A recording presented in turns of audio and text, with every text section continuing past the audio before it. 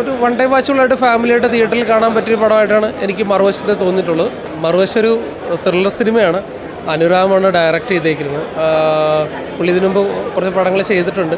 അപ്പോൾ ആ ഒരു എക്സ്പീരിയൻസ് വെച്ച് നോക്കുമ്പോഴത്തേക്ക് ഇതിൽ ജയശങ്കർ ചേട്ടനും ഷഹീൻ സിദ്ദിഖാണ് ഇത് സെൻട്രൽ ക്യാരക്ടർ ചെയ്യണത്.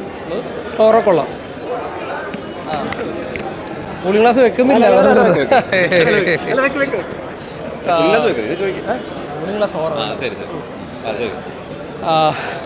ഇന്ന് നമ്മുടെ കൂടെ ഉള്ളത് ഇന്ന് റിലീസായ മറുവശം എന്ന സിനിമയുടെ നായകനാണ്.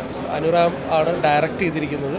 ഒരു ത്രില്ലർ എക്സ്പീരിയൻസ് സിനിമയാണ്. അപ്പോൾ നമുക്ക് ചോദിക്കാം, പടം കണ്ട് ഫസ്റ്റ് ഷോ കഴിഞ്ഞേ ഉള്ളൂ, എന്തായിരുന്നു ഷഹീൻ സിദ്ദിഖിൻ്റെ എക്സ്പീരിയൻസ് എന്നുള്ള ഡയറക്റ്റ് ചോദിക്കാം.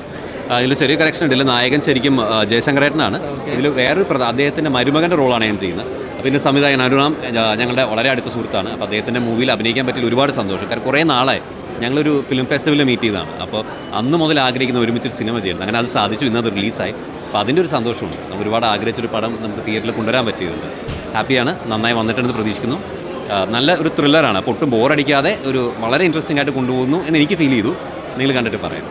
അഭിനയിച്ചേക്കുന്നവരെല്ലാവരും പ്രശാന്ത് ചേട്ടനുണ്ട്. അപ്പോൾ ഇവരെല്ലാവരും എക്സ്പീരിയൻസ്ഡ് ആക്ടേഴ്സാണ്. അപ്പോൾ ആ രീതി നോക്കുമ്പോഴത്തേക്ക് ഒരു ത്രില്ലർ എക്സ്പീരിയൻസ് തരുന്ന, അല്ലെങ്കിൽ എല്ലാവർക്കും ഈക്വൽ റോളുള്ള അവരെല്ലാവരും ക്യാരക്ടേഴ്സ് എല്ലാവരും നല്ല രീതിയിൽ പെർഫോമൻസ് ചെയ്തേക്കുന്ന ഒരു സിനിമയാണ്. ഒരു എനിക്ക് ഏറ്റവും ഹൈലൈറ്റ് ആയിട്ട് തോന്നിയ ഒരു കാര്യം എന്ന് വെച്ച് കഴിഞ്ഞാൽ ഡയറക്ഷൻ പോയിൻ്റ് ഓഫ് വ്യൂവിൽ, അല്ലെങ്കിൽ ഡയറക്ടർ എന്നുള്ള നിലയിൽ അനുരാം ഇതിൽ നല്ല രീതിയിൽ വർക്ക് ചെയ്തിട്ടുണ്ട്. അതുപോലെ തന്നെ മ്യൂസിക് ഡിപ്പാർട്ട്മെൻറ്റ് നല്ല രീതിയിൽ എഫേർട്ട് ഇട്ടിട്ടുണ്ട്. ക്യാമറ ആണെങ്കിലും മറുവശം എല്ലാവരും നല്ല അഭിപ്രായമാണ് എന്നോട് പറഞ്ഞത്. എനിക്ക് കിട്ടിയതിൽ നല്ലൊരു കഥാപാത്രമാണ്.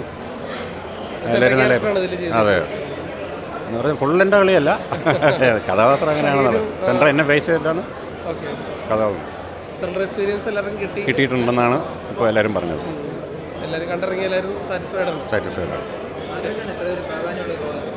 പ്രാധാന്യമുള്ള ചെറുതാണെങ്കിലും പ്രാധാന്യമുള്ള റോളുകളുണ്ടായിരുന്നു. പക്ഷേ സെൻട്രൽ ക്യാരക്ടറും പിന്നെ കുറച്ച് ഇമോഷൻസൊക്കെ വർക്കായിട്ടുണ്ട്. അപ്പം അങ്ങനത്തെ ഒരു ക്യാരക്ടർ ആദ്യമായിട്ട് ചെയ്യുന്നു. പ്രേക്ഷകർ കണ്ടിട്ട് നല്ല അഭിപ്രായമാണ് പറഞ്ഞത്. Thank you. നമസ്കാരം, ഞാൻ ട്വിങ്കിൾ. അനുചേട്ടൻ്റെ കൂട്ടത്തിൽ പരിചയം ഉണ്ടെങ്കിലും ഞാൻ ആദ്യം വർക്ക് ചെയ്യുന്ന പടമാണ്. അപ്പം സോഷ്യൽ ഈ സമൂഹത്തിൽ നടക്കുന്ന ഒരു അനീതി, അല്ലെ എൻ്റെ ലൈഫിൽ, അല്ലെ സ്നേഹം എന്ന് പറഞ്ഞ കുട്ടിയുടെ ലൈഫിൽ നടന്ന ഒരു സംഭവം എൻ്റെ കൂടെ കാണിക്കാനിടയായത്. അത് റിയൽ ലൈഫിൽ നടന്നൊരു കഥ തന്നെയാണ്.